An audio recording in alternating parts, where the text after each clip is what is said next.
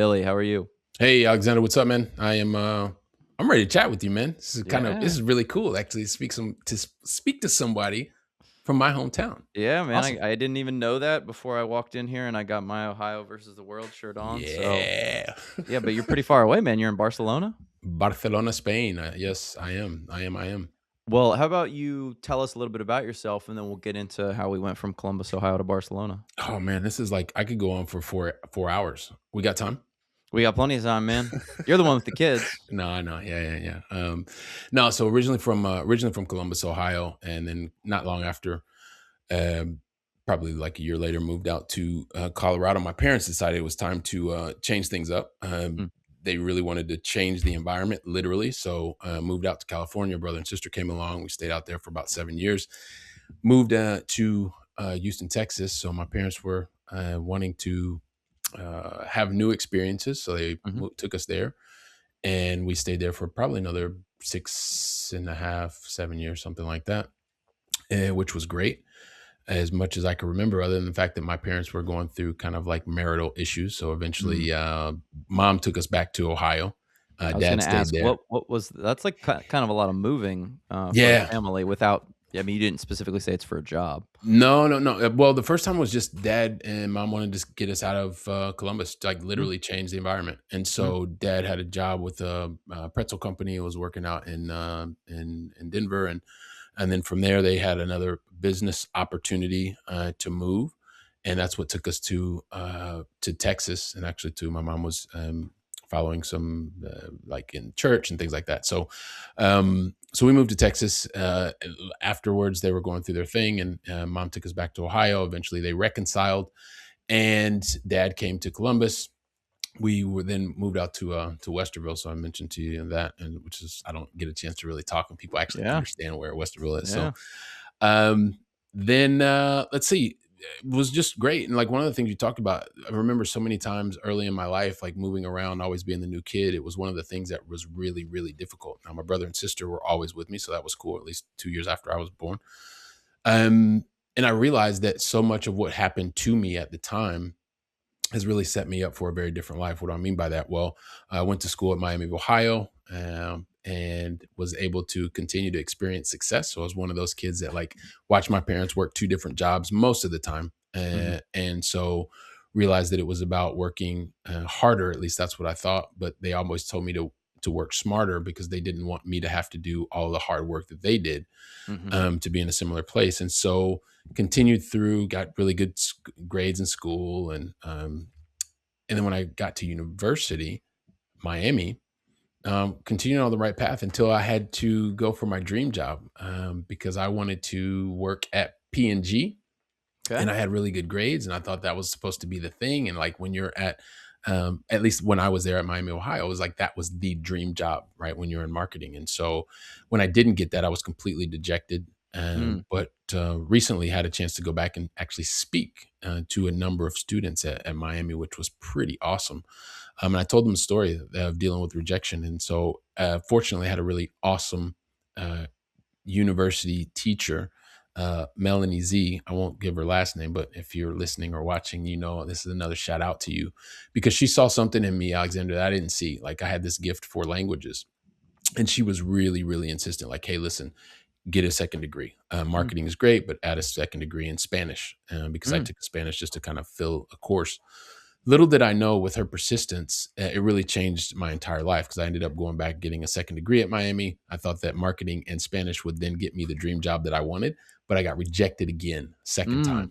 What were you And hoping to do with that Spanish portion? Was there, well, like, so a the dream thing, job in some location? yeah, so no, so it was like that was supposed to give me the credentials to get the job at P&G, right? Because Mm. marketing alone and when going through the process, but I thought, wow, this is going to make me much more marketable, and have the chance to get in. And I'd already gone through the process, but I got rejected twice, and that just sucked. It Mm. really did. Like I just didn't know because that was my mindset was follow a linear track, like get Mhm. good grades, afterwards get a good job, and then I was supposed to be able to retire and get a go watch and all that kind of stuff. Well, anyway, I got rejected from the job the second time, and little did I know, and thanks to a really good friend who knew that I was like dealing with this traumatic event of not getting a dream job, And he told me about this opportunity of people that were working with Fortune 500 CEOs traveling around the world. I went through a recruitment process, an interview process. Sorry, there's probably about 2,600 people. This is back in 1996. I went through and was one of 22 people that was selected. I think it was 22 or 26 people were selected for this role. The reason I'm telling you that is this role completely changed my life, right? Kid from Columbus, Ohio. All of a sudden, this role took me in 5 years. It took me to 58 different countries.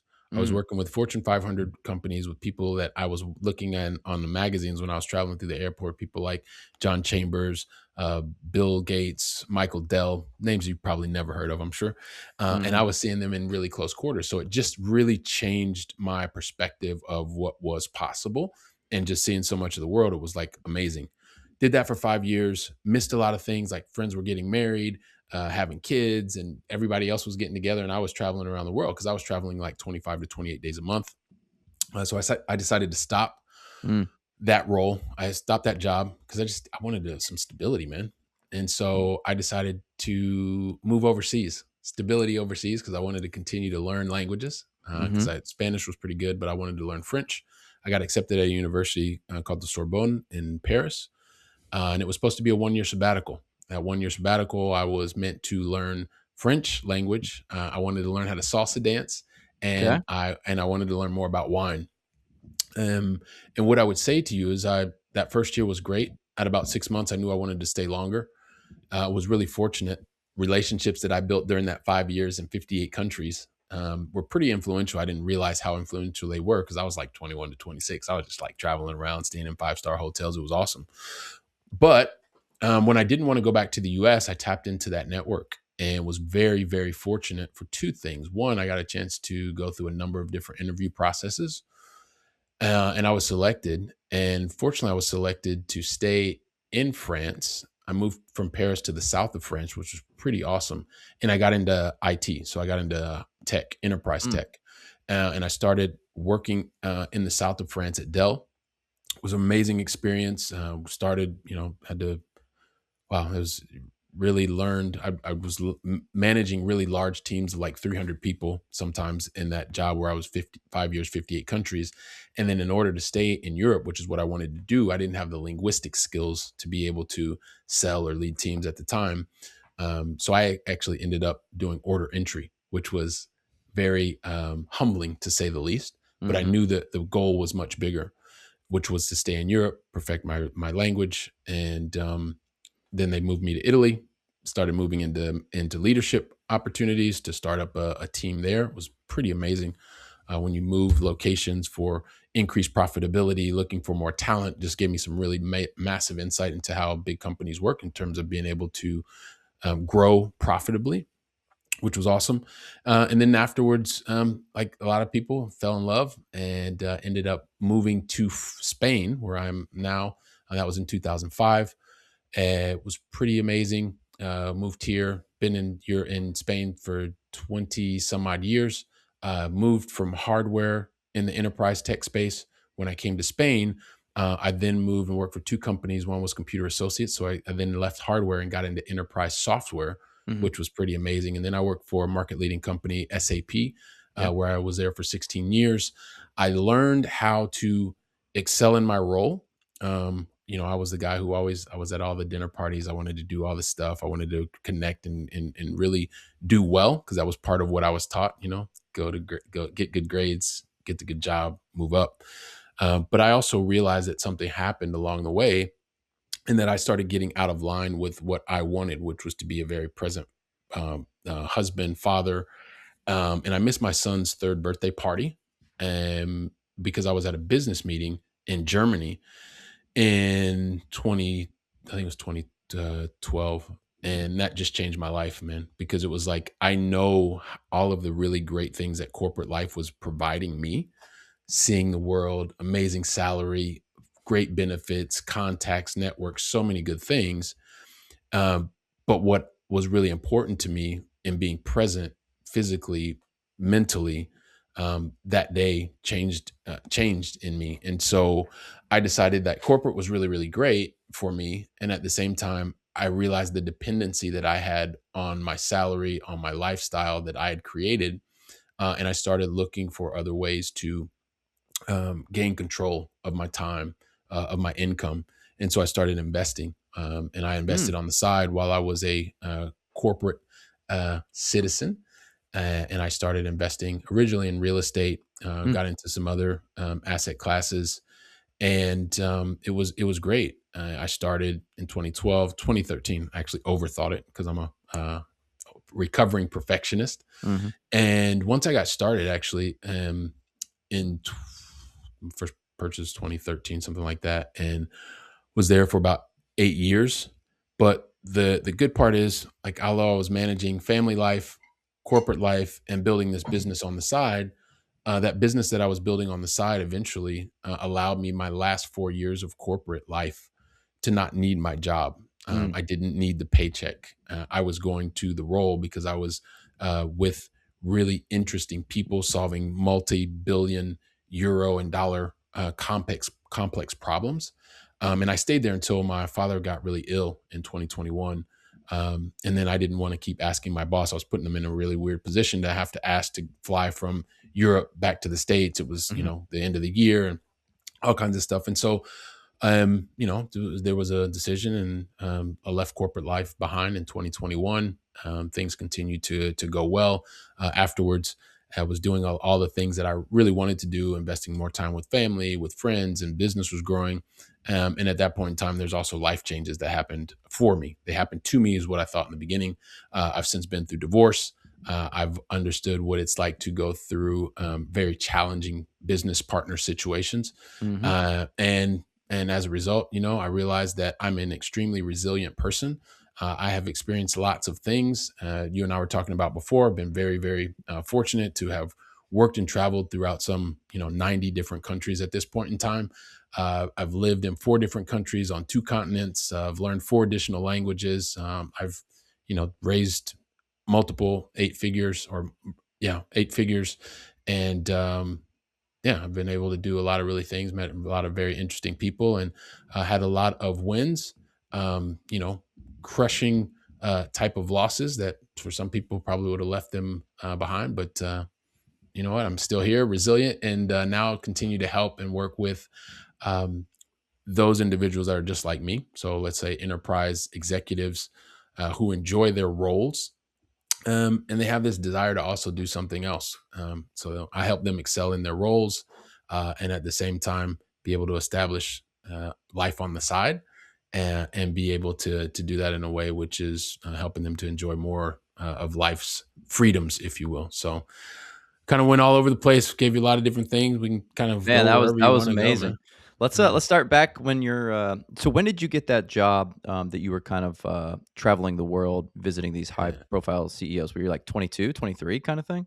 21. Yeah. 21 Crazy. years old. Yeah, dude. I mean, it was just it changed my life, Alexander. I mean, it was just one of these things where I never imagined, man. I didn't even think I'd ever get to California. Mhm, Right. And so then to be not only traveling around the globe, like some days in Las Vegas for a week or two, and then I'd be in Buenos Aires, Argentina for a week or 10 days. And I would go from seeing, like I mentioned, like Jack Nasser, who was the CEO of Ford Motor Company at the time.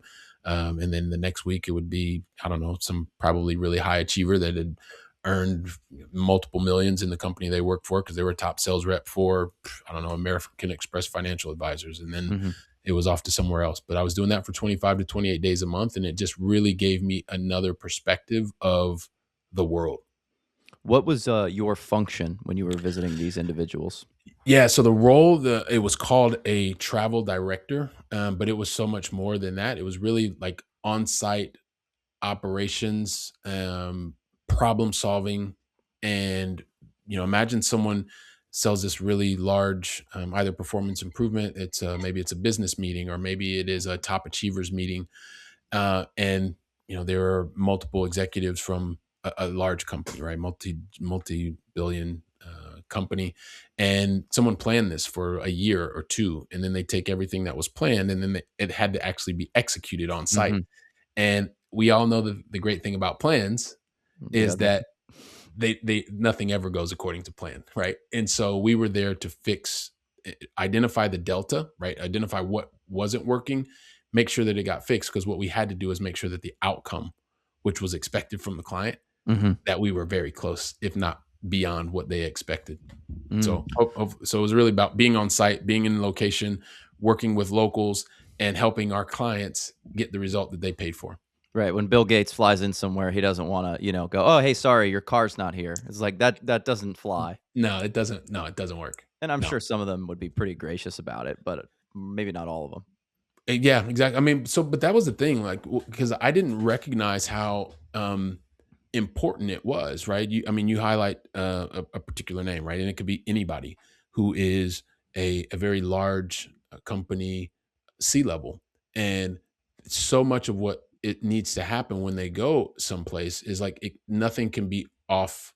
Um, like, things have to be on schedule, because Mhm, their time is worth a lot of money, and the impact that they make is, massive. It's global in scale.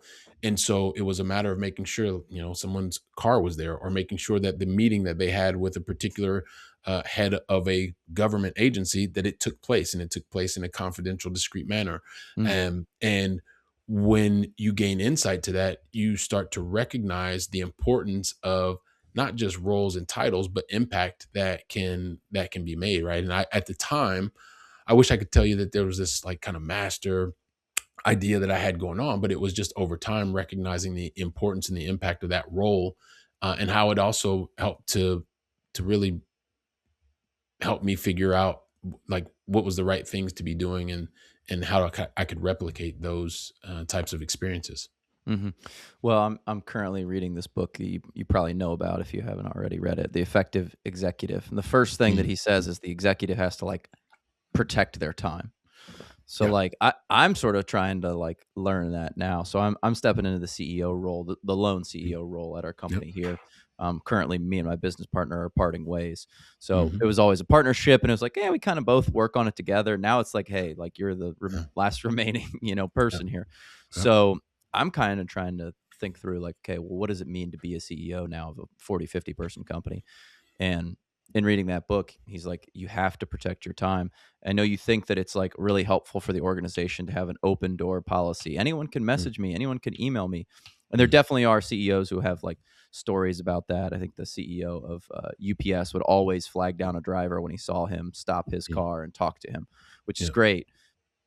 But if you do that all day, every day, like, do you actually like really do anything effective for your company? So to that point, like I'm sure Bill Gates and Michael Dell, they're like, hey, like we want to be accessible, but we also have to get things done. And it's important that we have time to get those things done. Yeah, it's really interesting, and I talk with clients about this all the time, right? Because you are you're a senior executive in a multinational company, and you're making $500,000-600,000 a year, and every single decision that you make is impacting your company, it's impacting your life, it's impacting your family, and the thing is you can always, like, the decisions that you make, some of the decisions that you make will work the way that you thought they would work, and then other decisions are not. But time continues to move forward. Some of those will make more money, some of them will make less money. But the thing is every single week, the thing, and it doesn't matter if you're Elon or the person that is like sleeping on the street, we all get 168.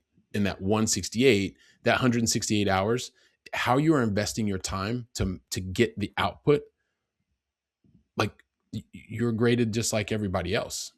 And Mhm. so when they talk about protecting time, it's really important to, you have your boundaries, and you're able to say, this is what I'm going to do, not because you want to be selfish, but it's because you want to be able to make the impact that you make. And it's, I mean, this is one of the things constantly talk to clients with, or working through auditing time and these types of activities. And it's yeah, it doesn't surprise me. I didn't know that particular story about the UPS CEO. But what I would say is, it sounds like he went when he would wanted to go out and see a driver. I'm sure that that was a part of his time block to go Mhm. out and see a driver. It wasn't that he was literally walking around every day and just asking every single driver. He probably blocked an hour of his time and said, I'm going to go out and I'm going to walk and I'm going to speak to as many drivers as I can in this hour, or whoever's passing by, because he needed to get that input to inform other decisions someplace else. Mhm. But yeah, I mean, I can see Yeah, it's just it's a really important thing.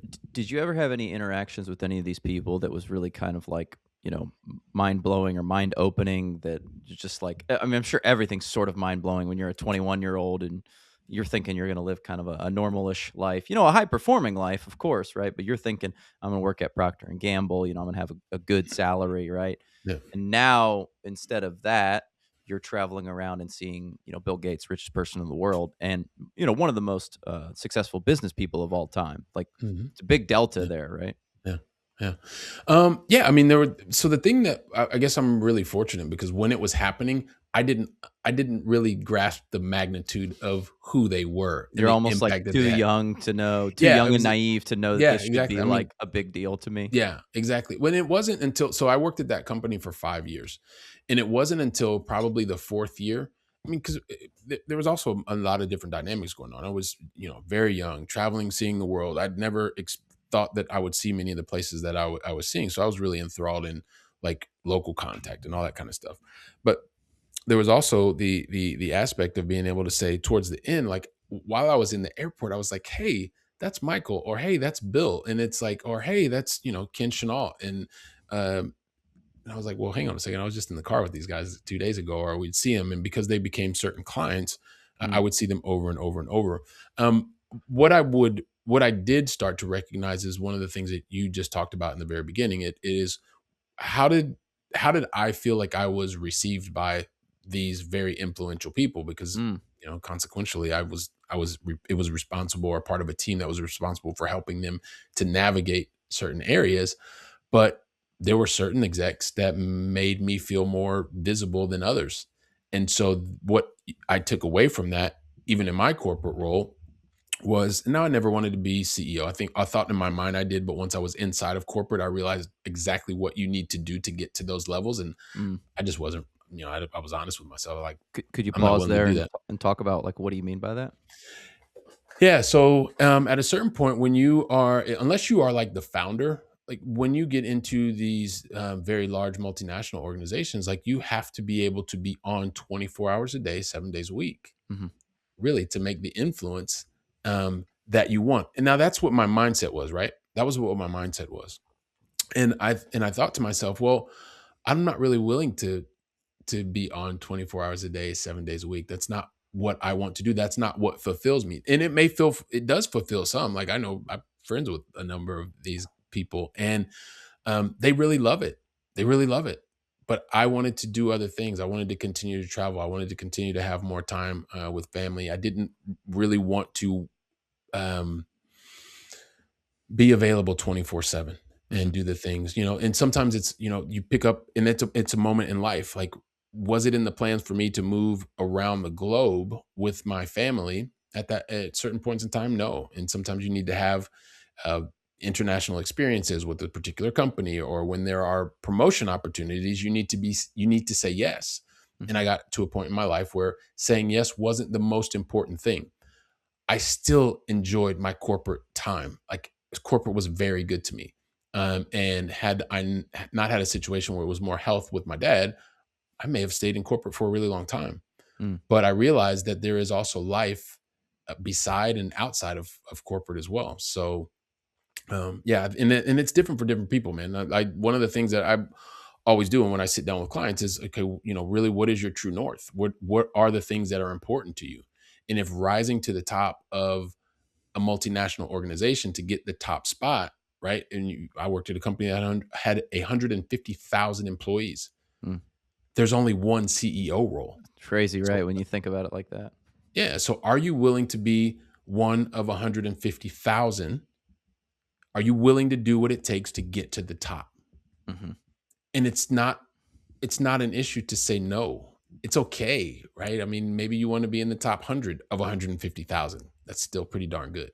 Still pretty good. um, but Well, it's different for different folks. So hopefully that does that give you an idea of yeah, what I mean by I that? recently just read it, that someone framed it like this, like, if you wanna be, like you said, in the top 1% of people, it's like you walk into a room of 1,000 people, you have to be one in 10, or one of those top 10. If you walk into a room of 100,000 people and you wanna be CEO, it's like you have to be the person that walks out, and, like, when you frame it like that, you're like, damn, Yeah. I probably wouldn't be the person that walks out. Just the odds are not in my favor here. I'm pretty good, but like I probably Yeah. wouldn't walk out. Yeah. Yeah. Yeah. So you were kind of talking about some of the lessons that you learned from these people and just how they treated you and certain Mhm. people, Yeah. I being mean, impactful. that's the biggest lessons that I thought about was really the treatment and how you're treating others, or how do you remember someone's name when you walk up? Do you say, "Hey, guy from Columbus," or do you remember and you say, "Hey, Alexander, it's great seeing you again"? And whether that was because that person was really that had the most amazing memory in the world, or the preparation that they have and the team that they have around them that was able to give them the information right in time to then be able to use the information, the data set, whatever the case may be. So I also recognized the effective teams. And later on, right, because I used to, as I mentioned, I worked um, in the Dell, like, so I was in this I was in a smaller company, Merritt's, and then when I moved to Dell, I realized, I looked one day on an org chart and I was like, "Oh, I was with Michael before." And now I'm looking at him on an org chart and I'm like, "He is so far away." Like, I don't know how I would ever really, now that I'm inside of of the company, Mhm. like, how in the world would I ever get in touch? Like, it's like a very different world. The magnitude then, I think, really hit me. Well, I don't think it did hit me, Mm. to recognize, okay, wow, this is pretty amazing. Mm. So it sounds like you spent a decent amount of time around Dell and within Dell, and he's an entrepreneur that I, of course, Yeah, look up to. I mean, he's also done a great job of documenting a lot of his life, yeah, like the books and the yeah. autobiographies. And he was just on David Senra's podcast, and Yeah. Senra's done like I don't know, probably 3 or 4 episodes of Founders about him. Um, I was wh- looking for his book because I have him, or one of his yeah, books, one of his other yeah. books. What kind of things did you take away from him? What was interaction with him like? At the time, I worked with a guy who was this guy named, I think I could say his name, Dave Lockett, who was very influential for me. Um, it's really at the time, like I said, at the time, I didn't realize im- how impactful they were. Hmm.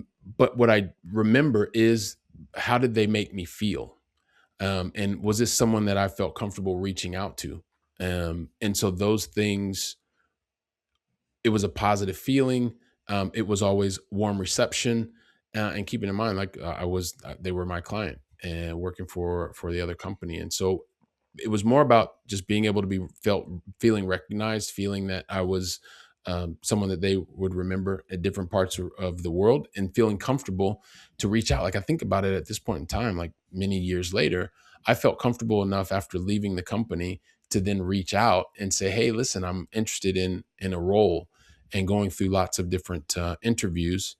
And then afterwards, the magnitude was saying, "Okay, well, I can't believe the idea that he had and the number of lives that he's impacting." So it's more of like I think a conceptual Hmm. idea, but it wasn't that I was specifically saying, "Wow, you know what? He made these amazing computers, and now it's scale, and he's able to, you can put the over the internet at the time, and then it comes out on the other side." And um, the cash conversion cycle that he had, which is, moved in the opposite direction. Like, all those things came later. Hmm. But in the moment, it was just, I knew that this was one of the executives and executive teams that I felt comfortable being able to reach out to. They made me feel that way.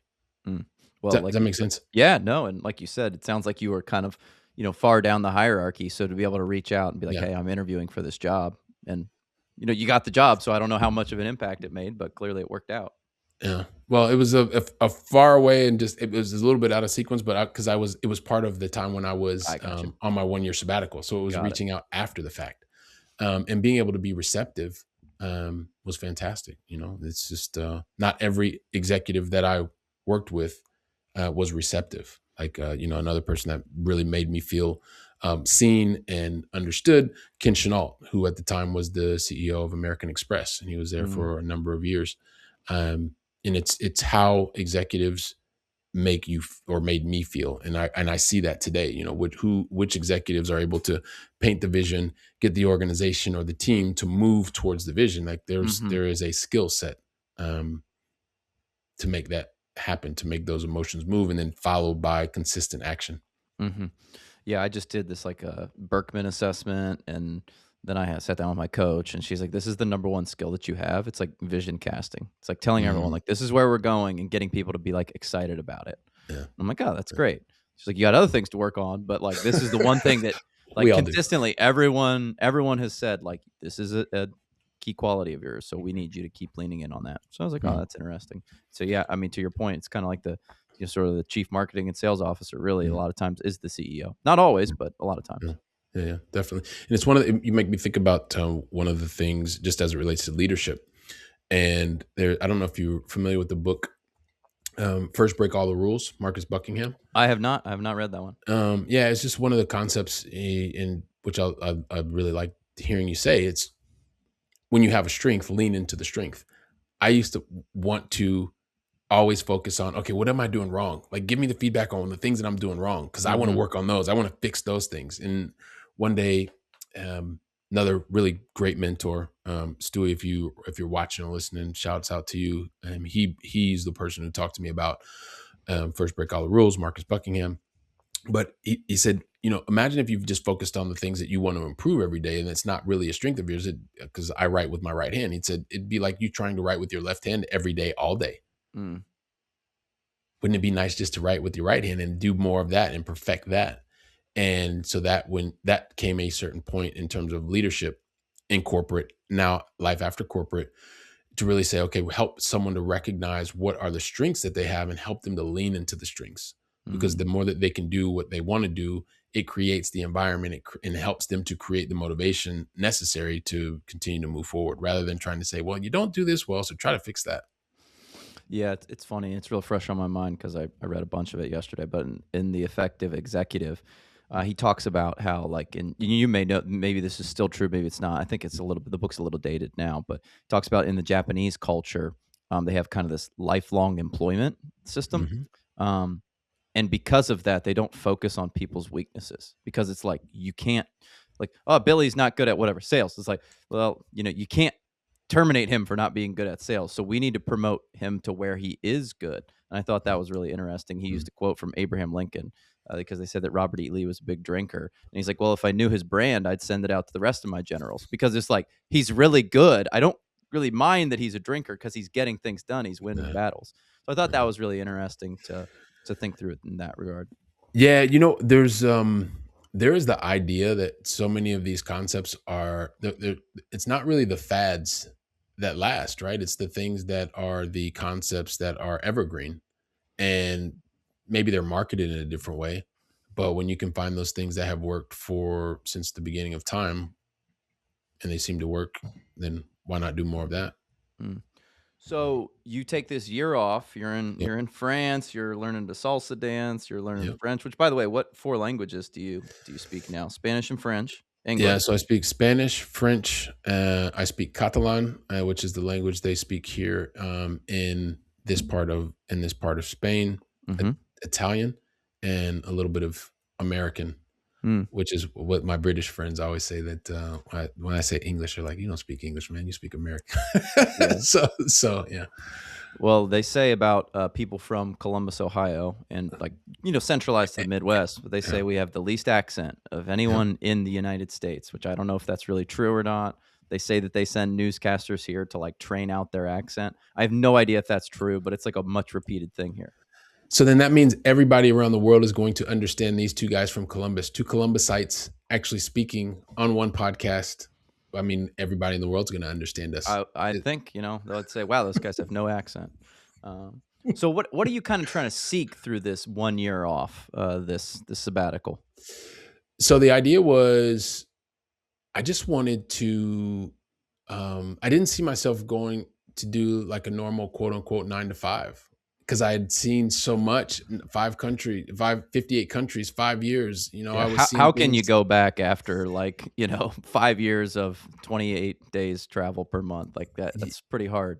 Yeah, so it was really just I wanted to have a life experience and be able to it actually goes back to another story as well. In 1995, I had when I did my second degree of Spanish, I failed myself because I don't come from a like a super wealthy family, and I paid for my own university. I found ways to pay to go to Valencia, Spain in 1995, first time I'd ever left the US. Um, and I told myself I'd worked hard. I saved some money. I got some scholarships. The teacher I talked to you about before, Miss Z, another guy named Bill Madison, they really helped me to get there. And what I found is that when I got there in 1995, I thought I was going to come back and be fluent in Spanish in 3 months. Mm, And I went over there because I'd gotten literally straight A's, Alexander, mm, literally straight A's from like middle school, high school. And it was just pretty easy for me. And I thought it was going to be easy. And I remember in September, I think it was 8th or 9th, 1995. And I got off of the bus. We'd gone from JFK to Madrid and Madrid to Valencia. And when we got there, I remember getting off the bus and there was like all of these like Spanish host mothers that were like all waiting for like, hey, you're going to be living with me. And so the lady was waiting for me, and she was speaking so fast. I didn't understand a word. It was mm, literally like, I thought I was good at this. I thought I was amazing at this. And now this woman is speaking to me. She looks so excited, so happy. And I'm like, all I could do was shrink inside because I'm like, I don't understand anything. That negative mindset. Oh my gosh, I'm going to be here for 3 months. I don't understand her. I don't understand. And so I did, as a result, one of the results of that, rather than like leaning in, being uncomfortable, and coming back 3 months later, fluent, I kind of just did the easy thing. I hung mm, out with other English speaking people, hung out, did the safe thing.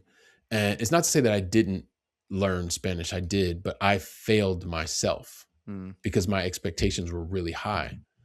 And when I look back and I realized I didn't do the work necessary to come back fluent, I was really disappointed in that aspect of my my invested time, mm, effort, and energy. And I told myself, like, to bring it back full circle, I told myself if I ever had another opportunity to live overseas, I wouldn't do what I did before. Like, I would lean into the fear. I would go through the discomfort because I remember this one guy that was there for the 3 months when I was in Valencia, Spain. He was always with local people. He was sitting in the front of the class asking all the questions. He was always speaking Spanish. I mean, he was doing the hard work. And I was like, well, 3 months later, this guy left. And I still remember, I don't even remember the guy's name, but I just remember him like as one of the people that was fluent, speaking to mm, teachers, speaking to locals. And I wasn't. And I was like, I don't ever want to fail myself again. Now I've set pretty high standards for myself. So that was one of the things. And so bringing it full circle in 2001, when I went to I did have it. I created it. I didn't realize it at the time, but I created another opportunity to live overseas. mm, And this time I said, I'm going to do what I said I was going to do the last time. And so when I was a challenge to myself because I wanted to see if I could learn the language. I wanted to see if I could live overseas and learn salsa and learn more about wine and also be able to just take a year off and do the things that I wanted to do. And fortunately, this time I leaned into that discomfort. I didn't know anybody when I moved to Paris. mm, Um, I, I spent time where I was just very disappointed, frustrated, couldn't get utilities turned on or didn't understand what was going on. And because I didn't have a really strong network initially, mhm. it was hard, man. It was really, really hard. Super hard. Yeah. Yeah, yeah. But that's what I was looking for. I was looking to challenge myself to see if I could learn, see if I could grow, and also enjoy living in Paris as a 26 year old single guy, 27-year old at the time. So, in your experience, what's been the best way to learn these languages? And then, as a kind of follow up question to that, do you feel like AI is going to be like the way that people learn languages now? Because, right, I can just pull up my AI and be like, "Hey, teach me French." Like, I'm at the beginner level, and let's start speaking. Yeah. So the first part of the question was, what was the best way to learn? Yeah, what's been The effective be- for you? no, the most effective way is just do something that you enjoy doing and doing it in a different language. Okay. It sucks. It's hard. It's really difficult. But I remember when I went to France, I wanted to learn French language and culture. I wanted to learn how to salsa dance, and I wanted to learn more about wine. So what I've done and what I've suggest to other people do. Even have clients who are, they're thinking about with their families to do global mobility. Now, most of these are execs, and we have to figure out exactly what's the best way to do it. But Mm-hmm. the thing that I will always share is, if you have something that you enjoy doing or want to learn how to do that in a different language and culture. For me, Okay. it was salsa dancing. I wanted to learn how to salsa dance. I was super uncomfortable. I was in the front row, didn't understand what the guy was saying. The teacher didn't understand the moves because I didn't understand the language. Brutal. And yeah, I mean, it was just, but what it does is it helps someone, like, if you can get through that, you can get through a lot of other things, right? That will happen later in life. And so it was really, really tough. But whether it was learning French, whether it was learning Italian, whether it was learning Spanish, whether it was learning Catalan, it was doing something that you want to do and do it in a different language, Mm. right? That's the thing that I've always found. And just surround yourself with local people Mm-hmm. as much as you can, Well, because that's they're the ones that are going to, and it's not always easy, by the way. Sometimes it's really, really difficult. But I can say, having lived in different countries, France, Italy, and Spain, and different cities in those countries, the formula for me, it's like the evergreen thing that I was telling you before. Like, I've figured out what works for me, and this is what I share with others, clients, and it works for them as well. And you just have to be prepared. You're going to be uncomfortable. It's like anything else. Anytime you learn a new skill, in the beginning, you're bad. Then you mm-hmm. go from bad to good, and you go from good to great, right? Mm-hmm. Is the idea. As it relates to AI, I've talked about this a lot. I think there's a for me, there's a really big difference in being fluent in a language and understanding, and being able to make cultural impact. I was talking to one of my coaches, and he is currently living in Latin America. Mm-hmm. And what I realize is, like, we were talking the other day, and I was just saying, hey, listen, I am culturally, like, I'm fluent in the Spanish language. However, I've never lived in Latin America, so I don't know how things will work from a cultural perspective. And the Mm-hmm. reason I say that from an AI, as we talk about AI, like with AI, it is like AI can translate things, at least as of today. Mm-hmm. But when it comes to actually making a connection, when it comes to really understanding someone, you still are going to have to do the work if you want to have the experience. Mm-hmm. And yeah, and that's I mean, I think AI has a role, but I don't think it will replace really being able to have a cultural understanding, if you want to live overseas. Yeah, I was just thinking more so for the learning process, right? Because what I've always heard and what you're sort of saying is you got to get in front of, native speakers, and then you got to, sound kind of clunky, and they hopefully correct you. I was kind of thinking that you can do that, but you can do it like in the privacy of your own home, where AI is not going to, like, oh, you're embarrassing. Where I think that's like a mental, right? And you probably have experienced this too. Like the salsa class is like, not only do I not know how to dance, I don't know how good of a dancer you are, probably better now, right? But Yeah, right. I don't know how to dance, and I don't know what they're speaking in terms of the language. You had to, like, clearly fight that to get over that. But I think Yeah, that probably restricts a lot of people from, like, I know a little bit of Spanish, but, like, if I go to a restaurant, I'm like, like, I don't want to sound stupid, and it's yeah. not really a real thing, but it's a block in your brain.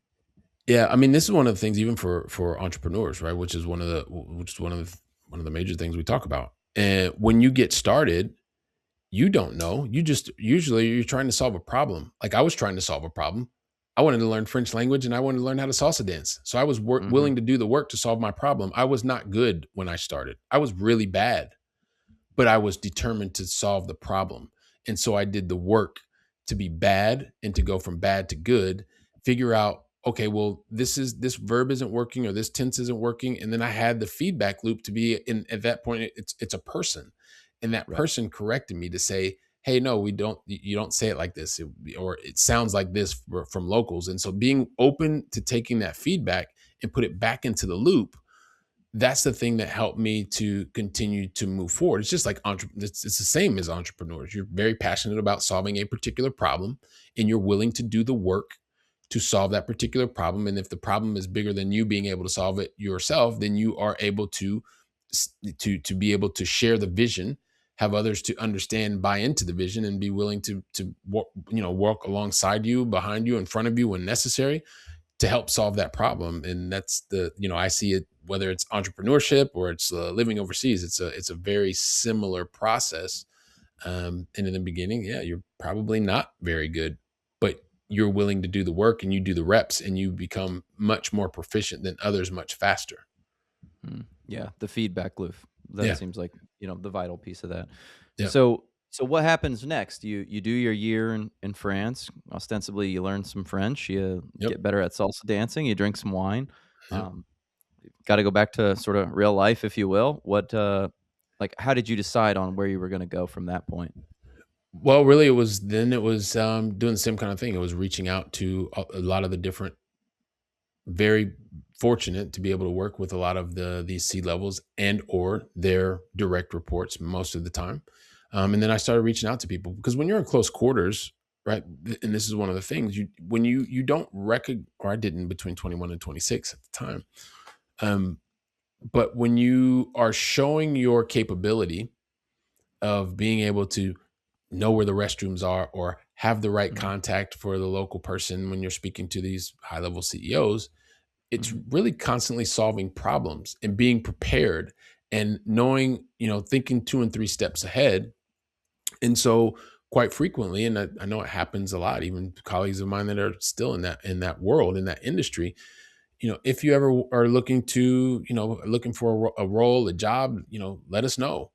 And so probably very few people would pick them up on the offer and say, "Hey, listen, I am interested in a role." And so I, put my hand up, not just to Dell, but a number of different companies. Many of them never came back, right? Because it was, mhm, "Hey, let us know." And then when you reach out, nothing happens. And so then you also have to follow up because I was trying to solve a problem. I wanted to solve my language problem. I wanted to solve my culture problem. And I wanted to stay in the country. And when you are not a local or you don't have working papers, it's much more difficult. Like that's mhm, something that I can empathize with now. I had this arrogance and say, "Hey, look, I'm from the US. It's going to be really easy to get working papers." And it's not, right? When you mhm, are someone who's not from the country and you want to stay, well, you have to show that you are able to stay and all these types of things. And so, as I started reaching out to different companies, eventually I was able to start the role and move to the south of France. So I wanted to stay in the country. I wanted to become much more proficient, and I wanted a professional working experience. And so that took me from Paris down to Montpellier, and that's where I started working for Dell and also changed industry. I went into the enterprise space for IT and mhm, specifically on the hardware side. mhm.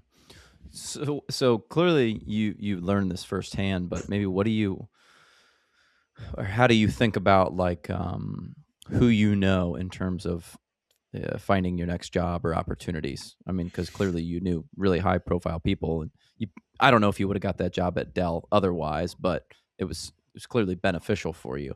I mean, how do you think about that now, or coach people on that, and or what advice would you give to people when they say, "Oh, it's all about who you know"?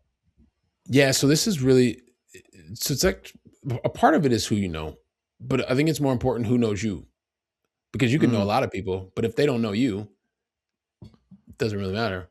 Um, mm-hmm, so it's really about, are you doing the things to be recognized for adding value? And yeah, adding value can mean a lot of different things to different people. Remember, I even talk about like one of my biggest things that I knew and I kind of joke about even today was when I was traveling for that first year, 5 years, 58 countries, was it was really important to know where the bathroom was. Why? Because when a high level executive asks you where the bathroom is, you want to look competent being able to say it's wherever it is, right? If they mm-hmm, ask you and you have no idea and you're like, well, you just traveled halfway around the world and you don't even know something as simple as where the bathroom is, that makes an impact. It doesn't mm, always have to be solving what is how are we going to improve EBITDA to whatever. Sometimes it's just doing the basics. And so mm, that was really important. But and I just use that as an example because when a high level executive knows that, hey, listen, if I ask Billy X, Y, or Z, he always tends to know the answer. Well, they start to recognize you. They start to know you. So when someone else would ask, and they probably didn't remember me once they left that trip because they're dealing with a lot of different people all the time. But it's not so much but just coming back to the point of, it's not so much who you know, it's who knows you, and are you Mm, adding value to that person in whatever capacity you are acting in. And mhm. so, does that make sense? Yeah, no, that makes Oh, perfect sense to me. I okay, mean, yeah, that's sort of like a new age way of selling too. It's like I add value, I add value, I add value, I add value, and then I eventually make the ask.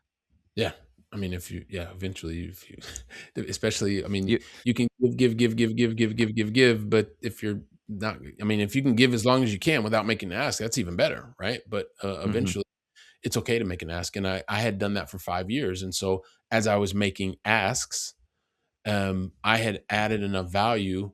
I knew where enough restrooms were. I knew enough of the answers that they needed responses to, that mhm, I felt fine with being able to reach out and say, "Hey, I do have an ask. I am interested in your company. I am interested in the values. I do know you. And hey, by the way, I'd like to be able to stay here in Europe. Specifically, I'd love to stay in mhm, Paris." That was the whole.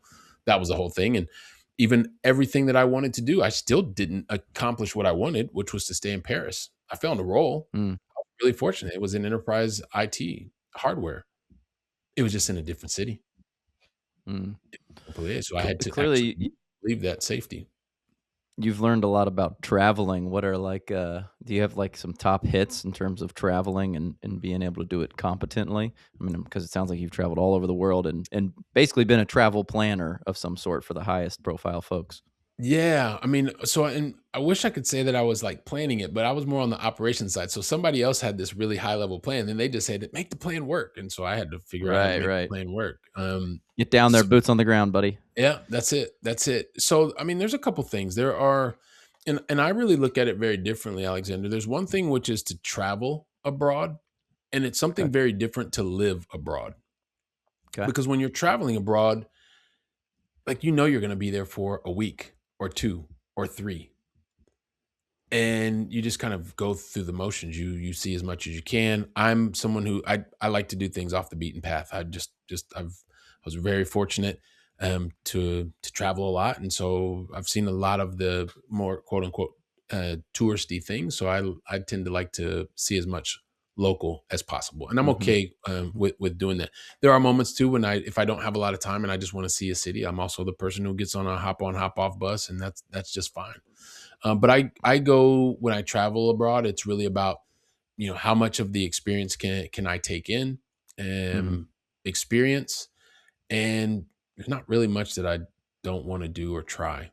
And when it comes mm, to traveling to living abroad, which is something I've done for the last 25 years and for 3 different countries, 4 different cities, it's a similar mindset in that, like, how much can I really understand? We talked about language earlier, and language is something that helps to connect, and it is being able to understand the culture that really allows you to.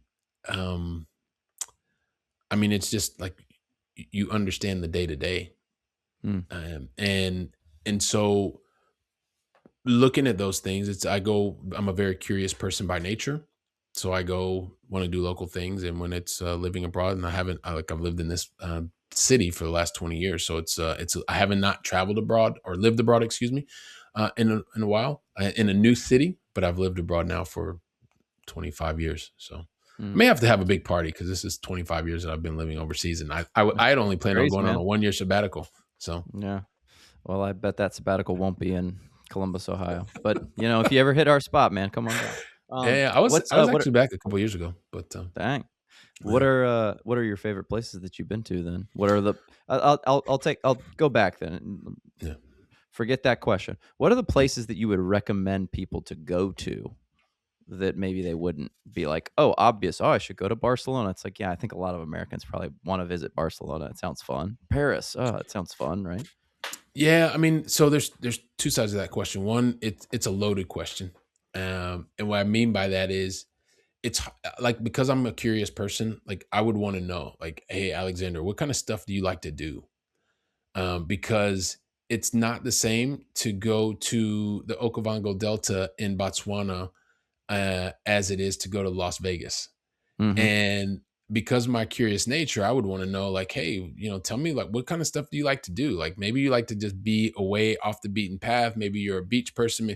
And because I've been very fortunate in my life to travel to different places, then I would suggest, hey, tell me a couple, 2 or 3 questions, and you ask you, and then based on what you told me, then I'd say, you know what, I think probably these 2 or 3 places would be really up your alley. I could get it completely wrong, but at least I feel like I would be giving you a much more targeted uh, choice, or targeted what's the word, I mean, sometimes I get confused because I'm like 5 languages going on in my head, Yeah, but it's more like specific to me. Specific yeah, to me. exactly, there you go, more Yeah. specific to you. Well, I would It's not say, that I don't want to answer the question, but like, no, tell, no, like, I'll what give you kind of, 2. I'll give you okay, 2, cool. and then we'll seek both answers. Yep. I love outdoors, nature, seeing cool, interesting things, kind of the old classic, like, having your breath taken away. I've been to Patagonia, that was beautiful. I think Ah, that man, that you just fits don't, as fit soon as you said sorry, that, I was like, sorry, dude, sorry, I've have been you ever there, been to so Ushuaia? I was thinking, uh Ushuaia, have you been? Okay. okay, and then the second part of me is like, everybody loves to eat good food, get in tune with the culture, you slow down, drink some wine, drink some alcohol, Yeah. get to know Yeah. the people, do as the locals do. So I know those are 2 kind of different things. Yes. Well, the first thing so the first one I was literally thinking, have you ever been to Ushuaia? And have you? Not only have I not been there, I don't know where that is. Ushuaia. Okay, so if you keep going, like, Patagonia, if you just keep going, Ushuaia is like all the way at the end of the world, in the Tierra del Fuego in Argentina, all the way at the bottom, and it's super nature. It's breathtaking, and very like local ish. So that's one place. Another place I was considering, if you like nature, um, and great food. Well, it depends on kind of what you consider great food. That's a whole another thing.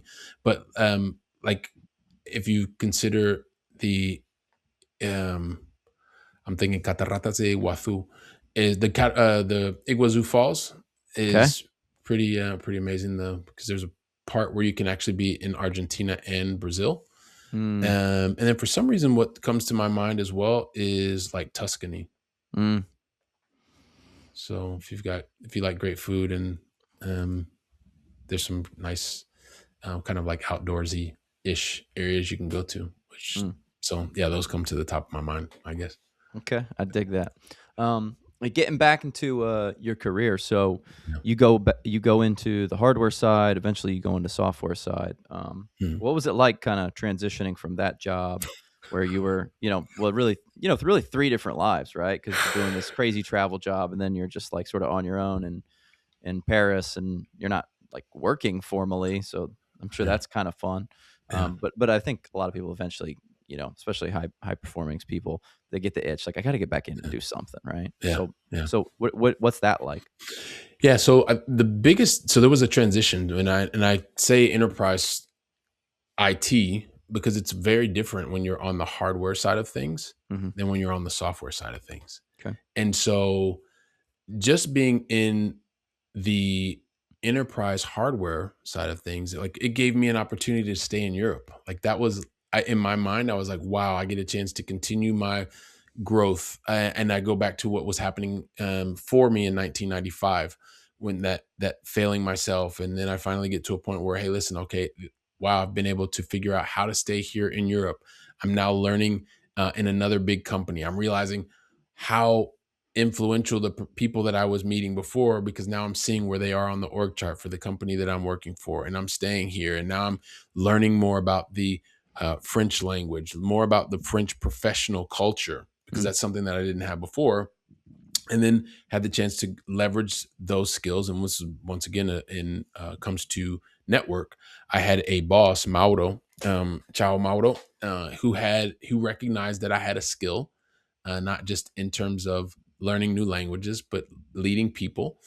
And he took a big bet on me to start up as one of the team leads, to start up, an Italian operation. So I actually left the south of France and went to Italy to start up for a couple months. mm. The only non-Italian, so that was really, amazing, as an opportunity, and had a chance to build teams, lead people, and doing it like going back to being uncomfortable again. I did it in Spanish, and then I had to do it in French language, and now I was doing it again in Italian language, and learning language, culture, and being there by myself on an island, literally on an island, because I was living in Sardinia, and it was amazing, as an opportunity. And then I got into when I went to Barcelona, I got into the enterprise software, and it was such a difference Mm.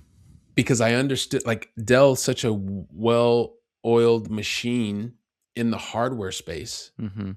But then when I went, and it was about going in productivity, we were on the phones every day, and how much productivity, and we were measuring it every single day. And, it was just like, yeah, the team huddles in the morning, and what are our objectives, and boom, boom, boom, boom, every single day. Like, cause I was always in sales. Mhm. Once I got away from the data entry stuff because it was just learning the language and culture and stuff like that. But then when I left hardware and went to the software world, enterprise software, it was like, whoa, whoa, what? I would walk in, coffee was free, there was donuts in the morning, people were playing foosball and pool, and I'm like, what? There's no team huddle in the morning. People aren't like, what's the productivity? It was just like a Yeah. completely different vibe. And then I went from where I first saw it in Computer Associates, and then started working at SAP. And I also saw a lot of change at SAP, but these were business process problems. So it was software solving enterprise inefficiencies. Mhm. And so what I learned at SAP, which was amazing, was just a lot of the dots started to connect. It was, I because at SAP I had a number of different roles. I had a regional role. We started a new sales channel, which was through inside sales, and being able to do a higher volume of sales at a higher profitability, Mhm. because of the way that the model ran. And then had a chance to work on a board specific project, which was to take that model and bring it into the higher large enterprise space. And that was an opportunity to really have direct interaction with the board of the company, and Mm. do an internal sell. And then I had that role, and then I was then moved to another regional role across Europe, Middle East, and Africa. I managed a business around $100 million business, for line of business sales specific solutions. And then the last 7 years, I realized that I wanted to focus more on my life and the entrepreneurial side of things that were happening. And I knew that I liked corporate and I wanted to contribute. I just didn't want to have any more leadership responsibility. Mhm. And I made a really, really tough decision from a more about saying that certain dream you had asked me before, like, I knew that at that point I didn't want to do what it took to become a CEO. And I said it Mhm. was okay to be an individual contributor, an IC, and just be really good in my role. I could leverage a lot of the same leadership skills and capabilities that I'd already built, because nobody can take those skill sets away from you. I had them. And then it was a lot more about how do I influence leadership, and how do I help to build consensus with the team, even though I don't have the title, and also doing it in another language. So that's where I learned Mm. Spanish, where I perfected my Spanish and Catalan language, because that's what I was using to sell. And I remember selling an opportunity, and it was just short of 25 million US dollars. And I thought, wow, I just did this in Spanish and Catalan. I'd never imagined that that would have even been possible. Mm. And so, yeah, I mean, it was just, sorry, you asked me the question about like the difference between the hardware and software, but this is just kind of a little bit more about what I was also learning about those different worlds, and also about myself, Mm. and also what it's okay to not have the title and you can still lead. Um, and yeah, I gave up on a particular dream because I wanted to have and be more aligned with what was important to me at that time. Because as a young father, and realizing that I was following something that wasn't aligned with my heart, Mhm. and I realized, like, okay, I just want to be just an individual contributor. I want to use my skill set here, and I'm not willing to do what it takes to continue to move up the org chart, and that was Mhm. okay. So you begin kind of your side project of entrepreneurship at that Yep. time. You said Yep. you started in real estate. That's European real estate, I'm guessing? No, no, no, no. All US. All So all US. US. Yeah, yeah, all US. Wow. So That's yeah, and I so it don't know was if that's more crazy or less crazy, like, because it's just you're me, man. thousands of miles away. Yeah. Yeah, yeah, yeah. No, I mean that was kind of the genesis of it. It was um I started reading a lot of different books, the typical, you go down the Rich Dad Poor Dad and you're Of doing course. this. And then, I started going back and forth and I Billy, was you reading more probably around. wouldn't be surprised, but I would say like one out of every two people that get on this podcast goes, "Well, I read Rich Dad Poor Dad." And it's Yeah. like, man, how many entrepreneurs did that book start? Yeah. Yeah. It's amazing because what I always find is that a lot of people think it's about real estate. And Rich Dad Poor Dad's not even really about real estate. Right, right. um, real estate is there, but the real tool, it's about debt and how do you use it effectively and understand the yeah. And one of the vehicles is real estate. And um, yeah. So I mean, sorry, I forgot where we were I was going just from kind of there. asking Yes. about how you started into this your side project of entrepreneurship. It's apparently US based real estate. Yeah, US based real estate. I was here. I read Rich Dad Poor Dad, and what I thought was the numbers were going to work the same here in Barcelona as they did in the book. Okay. And that is the same thing. It's like you were asking about AI earlier, right? AI will tell you that this is the reality. But when you try to apply that AI reality to your specific situation, it doesn't work. Hmm. And so you got to figure out, well, how do I make this work? And so you actually have to roll up your sleeves and you have to do the work. It can't just stay virtual. Hmm. And so when I realized that the numbers that I wanted to generate, right, once again, solve my problem, my first world problem, Hmm. um, I had to find a place, or I decided I wanted to find a place that I could actually make that work. And when I found that that could work in the US, then that's what then that's what I decided to do. And I found that, um, even though the Atlantic Ocean was between where I was residing and where the assets were, it was just, okay, well, that's another problem I have to solve. So how do I do that? Hmm. And also I had a, highly paid corporate role and a young father and, living in a different country. So Where did you begin? Like what market and what kind of vehicle was it? Single family yeah, houses, apartment complexes? What no, was that? I always thought I was going to have single family houses, but I ended up buying a small duplex. So, and I ended up buying it on the East Coast in the probably one of the worst places you could possibly buy. But what I decided was that it didn't matter because I got started. Right. There's so many times, and I work with like some, when I get started working with clients, you're looking for the perfect thing. You're over analyzing. You are trying to pencil out so that it works exactly like whatever book you read. Hmm. Well, you're never going to know until you get started. And so once you get started, once you put your energy, once you put your money behind something and take action, that's when your attention starts to move in the direction of saying, okay, well, this is the goal that I want. What do I need to do to get it? And it was no different. So, looking back on it, it was definitely not the ideal place to get started, but I started Hmm. and figured things out from there. So, I'm glad you said that because I say this so many times to people who are interested in entrepreneurship. It's just like you have to start something. Like, yep, you know, just either buy a house or do something, yep, and that will kind of break the dam of this idea that gosh, being an entrepreneur is probably so hard. Like it's not. yeah, Like I deal yeah, with so many businesses that I'm like, how do you own a business? Like you yeah, can't even respond to an email, let alone like run a business. Um, so you'd be shocked at how many people that are not like super competent are running successful businesses. yeah, So I promise you, once you kind of get over that mental hurdle that like, yeah, oh, starting a business is this huge deal, like it's yeah, just it's not. And that is what I attribute a lot of my success to is I started a business when I was in college. yep, So then like when I graduated, I was like, oh, I'm gonna start another business. And it wasn't this big, huge thing that I had built up in my head. It was just like I've done it. It wasn't that big of a mhm, deal. We're gonna do it again. yep, yep. And that is one of the things, and one of the ways that I find so, working with a corporate exec, he's in the enterprise software space, right? And he has been very high achieving in his role for many years, and he is specialized in the sales leadership capacity, and that's what he knows, and that's his angle. And at the same time, quarter after quarter, continued growth. Missing events for the kids, recognizing that the window is continuing to close because the kids are getting older. He's not there, and you get to a certain point, and you say, "Well, how much longer do I really want this to go?" For some people, it's okay, right? Not everybody is wired the same, but when you get to a certain point, you say, "Hey, look, this isn't about continuing to do more and more roles, but I don't know how to start a business. I work with businesses every single day, but it seems impossible to do. Mm-hmm.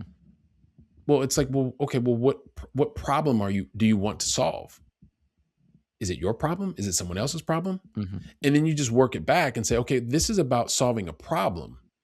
And so it's many times it's when I'm working with clients, it's you know how to do it. You're just usually doing it on multi-billion-dollar issues Mm-hmm. with your, with your budgets, et cetera, et cetera. But now it's just, let's take a step back. Are you trying to solve your own problem? Is your own problem around you just want to be able to generate X amount of money per month? Mm-hmm. Or are you trying to figure out how you can, maybe it's through a real estate vehicle, or maybe it's because you want to figure out you've got this knowledge in your mind and you don't really know how to help other people with the knowledge in your mind. You say, okay, well, can you help one person? Okay, perfect. Well, just help one person and see if you can help another person. And then once you realize that there are multiple people to help, then now is it the moment to start to put all of the other things that you need to do. Do you need to start your business from an LLC perspective? Do you need to get your legal person on board? Do you need to actually now you have enough revenue coming in that you have to get somebody who's doing the bookkeeping? You have to start to now build a team, but don't worry about all of that stuff Mm-hmm. until you figure out what is the problem you're trying to solve in the first place. Mm-hmm. Yeah, I Yeah, have. but it's something that I see a lot in corporates, and it's something that I suffered from a lot because you're so hyper specialized, and going from the corporate role to the founder role, the entrepreneur role, you're going from high specialization to really high generalization in the beginning, and it sometimes you just go, I don't know if I can do it. I'm like, of course you can do it because you do Mm-hmm. it all the time. Mm-hmm. You just have to come outside of that specialized silo that you've been in for such a long time, figure it out. And a lot of the skill set that you have already that's making you really good in corporate. And I'm thinking about the clients that I work with. It's we just have to figure out what's the problem you're trying to solve, and then once you do it, it's the same. Once you do the reps, you realize that it's not really as challenging as you're making it up to be. You're just not familiar with this particular problem. Mm-hmm. So where do you go after that duplex? That duplex in probably the wrong area. Yeah, duplex in the wrong area, and then but it was cash flowing so much. I was like, wow, this is amazing. And then before I knew it, I was buying another. So I originally wanted to buy a single family residence. Mm-hmm. Found the duplex because it was a what they would call a motivated seller, Mm-hmm. and it just the numbers penciled out, and I was like, wow, this is cool. It's close enough to what I wanted to be able to do, and then it started working, and I was like, okay, well, let's do this again. And then I bought a quadplex. And then I said, well, this is working well. Let's do it again. So then I bought another quadplex. And before I knew it, there was so much success, financial success that was happening because the cash that was coming in was significantly higher Mm-hmm. than the debt service and the tax payment and things like that. But I had a money problem. And then I was trying to figure out, okay, well, the money's coming in, but I don't actually know how, like, it's coming in. I'm hours away. I don't really have the right team in place. We're trying to patchwork problems. And then decided it was time to stop Mm-hmm. and invest in myself because I needed to fix the problem because there was too much, and it will sound weird, but there was too much success that was happening and I didn't know how to manage it. Mm-hmm. I didn't know how to manage it because I didn't have the systems in place. I didn't really know how to think outside of just keep growing because that's what I did in my sales role every day. Like Mm-hmm. year after year, you just keep growing. But of course, when you're in corporate, there's a lot of other processes in place. There's different teams. There's business operations. And so growth, you just keep growing. But Mm-hmm. here, like when I kept growing, like, well, hang on a second. But now it's expanding the bookkeeping. And now I don't have a team to actually service all of the things that are happening because it's not the same as have two residents as it is to have 10. And then those 10, it's not really just 10 people. It's like potentially 40 different bodies. Mm-hmm. And how do you make sure that you like all of these different things that I didn't even think about that I had to start to put in place. So I literally stopped, started to put process in place, started to really understand what was happening while I was performing in my day job. I was still in the top talent program. I was still traveling in the what we call the winner circle every couple of years. And then I took a pause and then eventually started purchasing again once I got to a point where it was like, okay, now I can bring on another asset, and then bought a mobile home park, and then realized I was something called an accredited investor, and I could make my money work for me. And then I invested with other people. And then it was just a matter of starting to understand, what is it that I'm attempting to solve for? Mm-hmm. What's the problem that I was solving for? And it was really, I didn't want to be dependent on my role at my company any Mm-hmm. longer. I wanted to just know that I had options, because I started seeing colleagues that had been in the company a little bit longer than me, or than people that were in the industry that had jumped from one company to the next. And then as more synergies, we call them synergies, or they were called synergies in big corporate, which basically means people are getting laid off because they're making things more efficient, or maybe one company buys another, and then all of a sudden you have two teams when you don't actually need two teams. And so people find themselves out of a role. And I didn't want to get to a point where I was like always looking over my shoulder. And so it was about, how can I be as efficient as possible with the capital that I have, so that I can become, I'm no longer dependent on my corporate role, Mm-hmm. in terms of being able to financially. Because remember, like, the way that I grew up, I watched my parents work two jobs all the time, and they told me, work smarter, not harder. You have to work hard, but work smarter, quote unquote, they would say, than we are. And so I wanted to get to that point where I didn't feel like I was completely dependent on my corporate role for my well-being or my family's well-being. Mm. And what would that look like? Like the cash flow from your rental properties, like met or exceeded your corporate role, or something along those lines? Yeah, it's the thing that I call your optionality number, right? And it is a matter of saying, because a lot of times, and usually when I start working with clients, it's the same thing. Like, how do I replace my salary? And so then you take a step back. Do you really need to replace your salary? Mm-hmm. It's like the person that says you need to have step 10 before you do step one. Mm-hmm. Well, first of all, it's about, same thing. What's the problem that you want to be able to solve? Can you take the first step to actually start to build momentum? And it wasn't a matter of replacing the salary initially.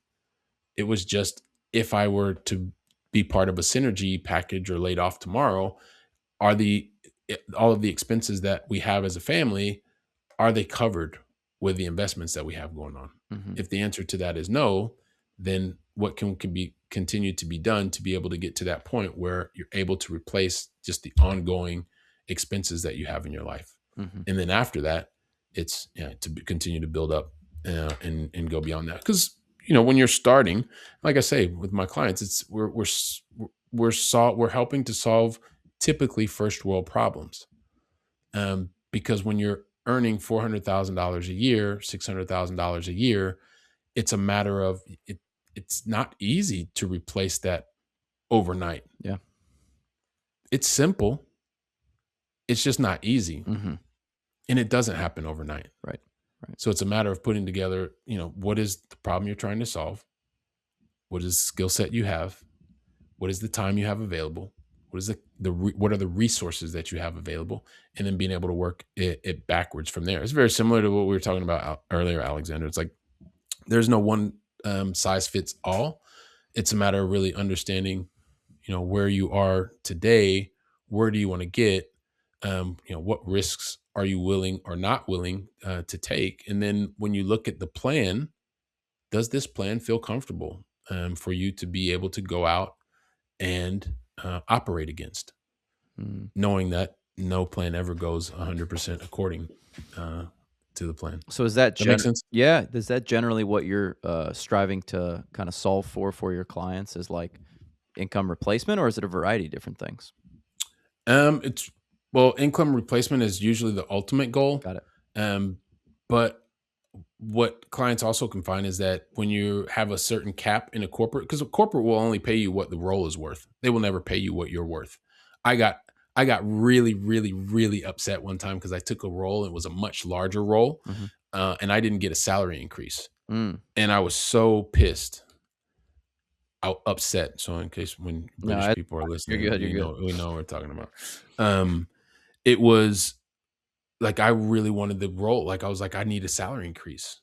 And my coach, more mentor, told me, well, they're never going to pay you what you're worth, Billy. it's a corporate.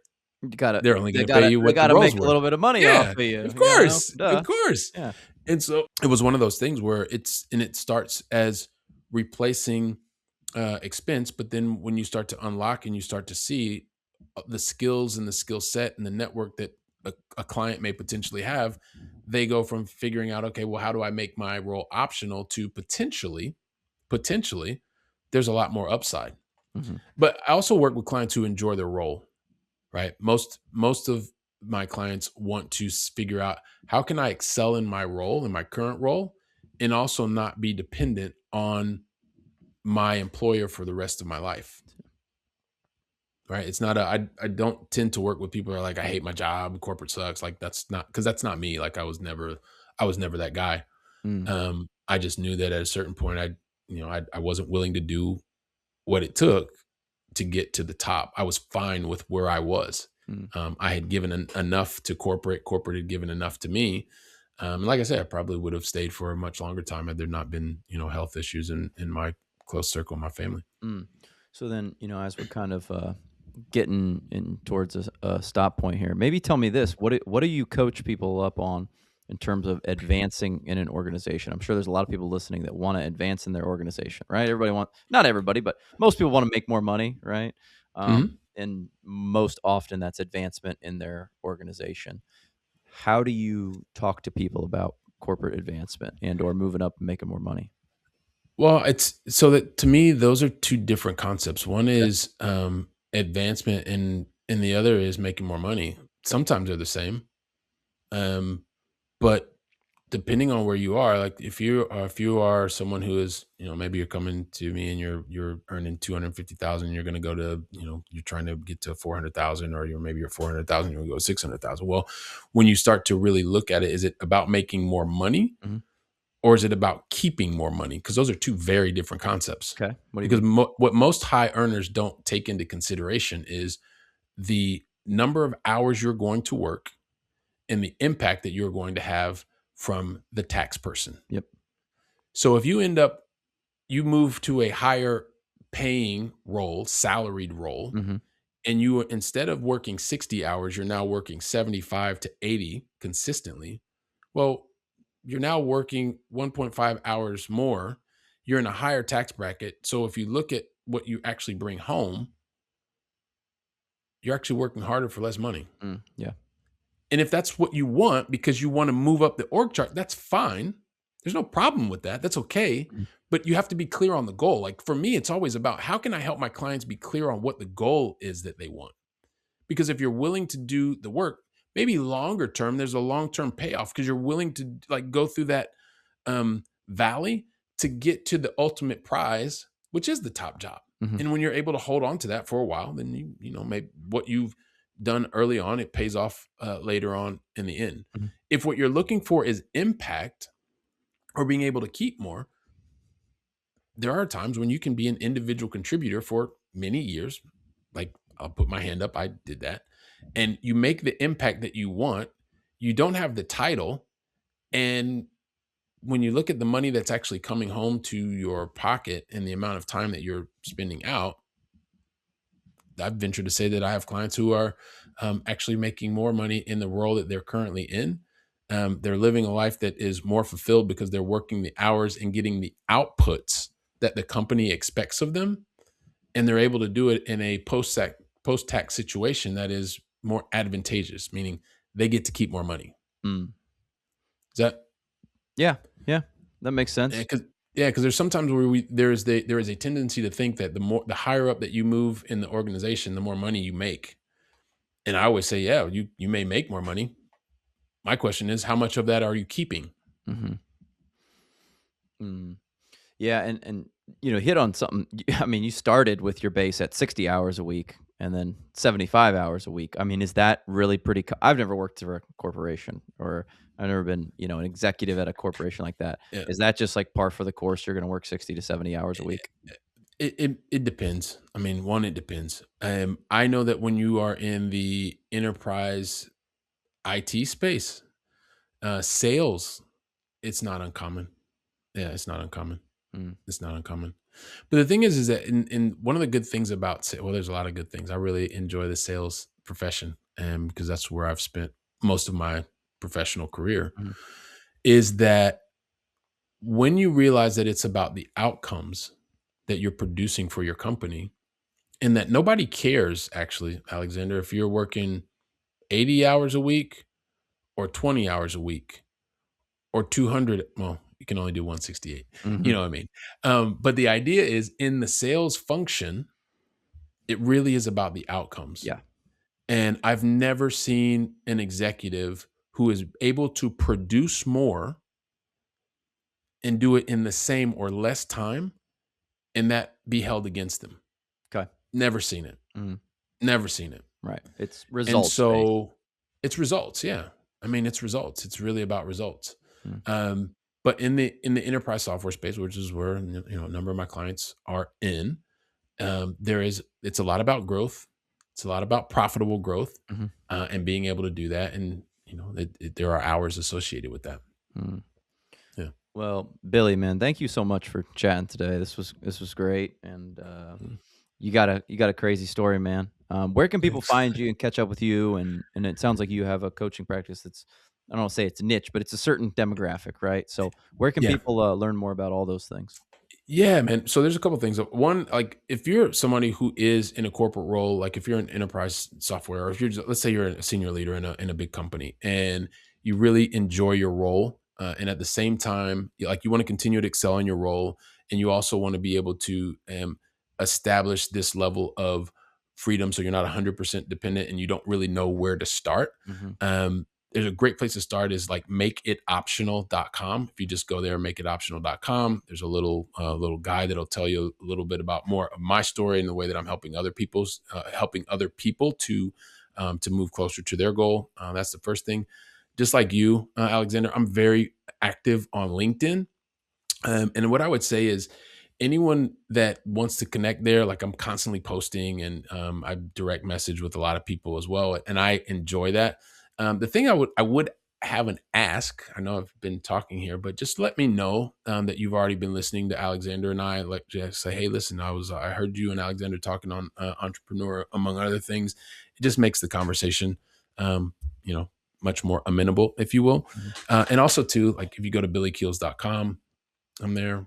And I don't know. I have a podcast too, Going Long Podcast with Billy Keels. It's way too many things, I know, but it's everybody different flavor for different folks. So 500 plus episodes on Billy's podcast. So, yeah.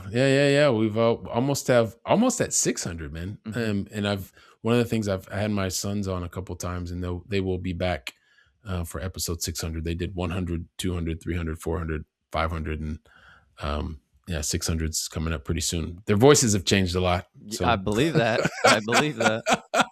And across like 500 episodes, man. Crazy. yeah, yeah, it's been a while. Well, Billy, thank you so much, man. I really appreciate you. You got an amazing story, and yeah, excited to stay in touch, man. Let me know if you're ever in Columbus, man. Look us up. All right, Alexander. Hey, I never get a chance to do this, man, but we got to do it. We did it earlier today, but I gotta just say, OH, IO, man. I got the shirt on. Paved love it, the love it. world. Representing there Thanks. all the way out in Spain. Thanks, man. There you go. Thanks so much for the opportunity. I appreciate it, Appreciate Alexander. you, man.